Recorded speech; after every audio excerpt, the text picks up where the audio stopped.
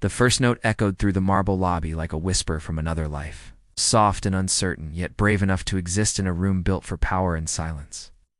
Conversation stopped. Coffee cups froze halfway to lips.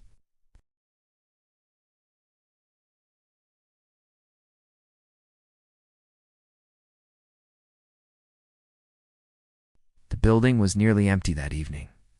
Most employees had gone home early, eager to escape the cold rain and the weight of another long week. The lights dimmed automatically, leaving the lobby bathed in a gentle glow that reflected off polished stone. The piano had always been there, a decorative promise no one kept. It was tuned twice a year, dusted weekly, and never touched. Until now. A little girl sat on the bench, her feet dangling, not quite reaching the pedals. Her fingers were small, careful, and trembling as they pressed the keys. She missed a note, then found it again. The melody was simple, old, tender. It carried the kind of honesty that couldn't be taught in any boardroom. "I learned this song from my mommy," she said quietly to the security guard standing nearby, as if she needed permission to keep going. On the top floor, Ethan Cross stood up so abruptly his chair rolled back and struck the wall. The sound barely registered. His eyes were locked on the security feed playing silently on his monitor. He leaned closer, heart pounding, staring at the grainy image of a child at the piano. His hands began to shake. That song, he hadn't heard it in over 20 years. Ethan Cross was a man the world described in numbers, net worth, market shares, acquisitions. He had built an empire from nothing, clawed his way out of a childhood defined by instability and loss. He was respected, feared, admired, and utterly alone. The kind of loneliness that didn't come from being by yourself, but from being surrounded by people who only loved what you represented. The song pulled him backward in time, without mercy. He was 10 again, sitting on the carpet of a tiny apartment that smelled like laundry soap and burnt toast. His mother sat at an old upright piano with chipped ivory keys, playing that same melody while humming softly. She would smile at him over her shoulder, her eyes tired but warm, as if the world couldn't hurt him as long as the music existed. "Listen carefully, Ethan," she'd say. "When life gets loud, this song will remind you who you are." She died 2 years later. The piano was sold. The apartment emptied. The song faded into memory, buried under ambition and survival. Until now. Ethan was already moving, before logic could catch up. He left his office without his coat, barely noticing the rain soaking through his suit as he stepped into the elevator. Each floor felt like an eternity. With every descending number, his chest tightened.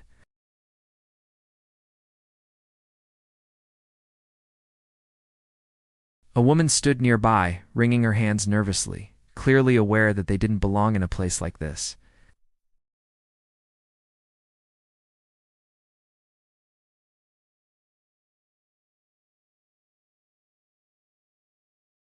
The girl looked up, startled, her fingers freezing on the keys.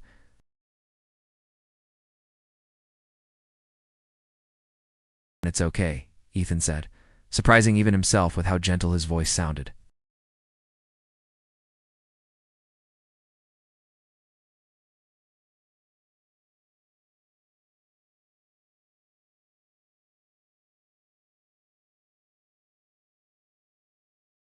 The girl shrugged. She said her mommy taught her, a long time ago.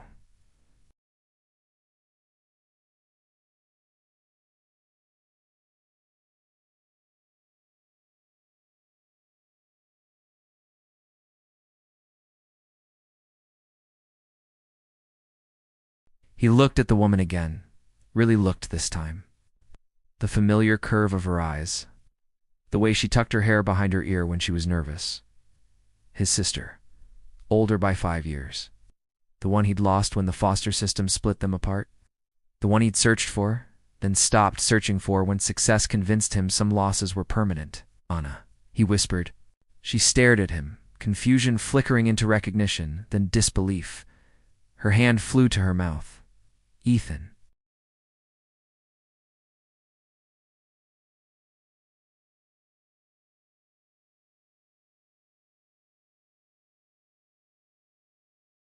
They didn't hug right away, just stood there, staring, crying quietly as the little girl watched, unsure but sensing something important had just happened.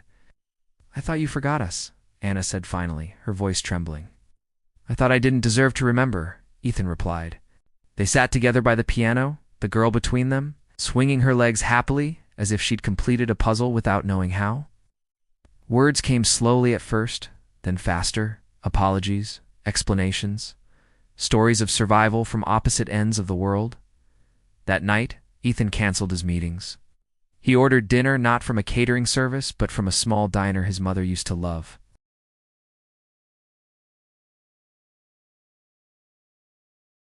Weeks later, the building changed. The lobby piano became a gathering place. Employees played during breaks. Children were invited for recitals. Ethan implemented programs he'd once dismissed as unnecessary. Flexible hours, family days, scholarships named after his mother.